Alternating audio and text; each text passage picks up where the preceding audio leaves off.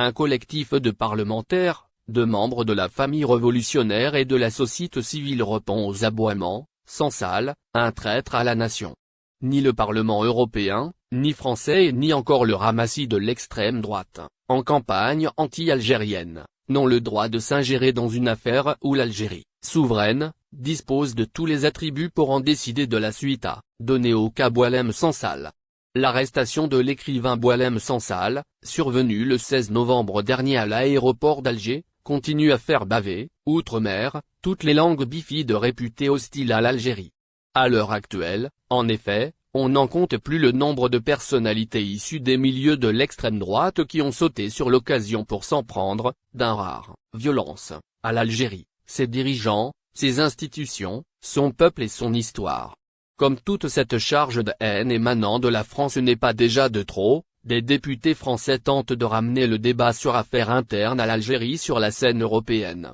En effet, on a vu comment Marion Maréchal, cette rejetonne des Le Pen, a balancé toute sa haine sur les autorités algériennes pour avoir arrêté, sur son propre territoire et conformément à ses propres lois, un citoyen algérien jugé coupable d'une atteinte à l'intégrité territoriale et qui est donc passible d'une peine capitale. Face à cette escalade de violence verbale émanant de l'autre rive de la Méditerranée, des parlementaires algériens, des membres de la famille révolutionnaire et de la société civile sont montés au créneau pour répondre à cette campagne anti-algérienne. Ainsi, dans un communiqué rendu public hier, ce collectif écrit « Nous, représentants du Parlement algérien dans ces deux chambres, en présence de la famille révolutionnaire, culturelle et sportive, et de la société civile en général et avec toutes ses composantes, déclarons notre soutien plein et absolu aux décisions de l'État souverain », pouvait-on y lire dans le texte.